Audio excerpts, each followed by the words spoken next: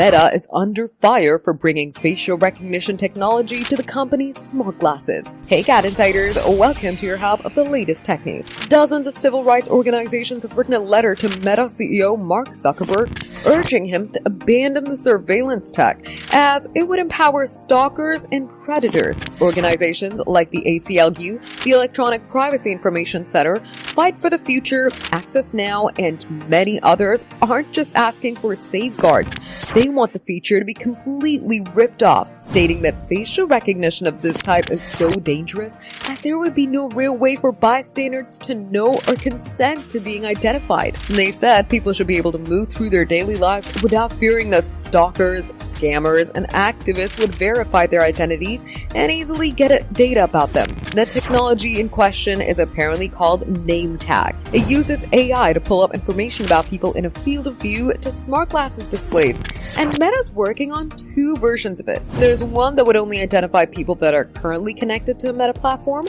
and another that would identify anyone with a public account on a service like Instagram. In other words, the company should expect a wave of cancellations if this rolls out. A Meta spokesperson has said, "Our competitors offer this type of facial recognition product. We do not. If we were to release such a feature, we would take a very thoughtful approach for rolling anything out." This has happened back in the past as well. In 2021, Meta ended Facebook's photo tagging system and has paid out billions of dollars to settle biometric privacy lawsuits in Illinois and Texas. For more updates, subscribe to GadInsider, like and share the video, and don't forget to press the bell icon so you never miss any update.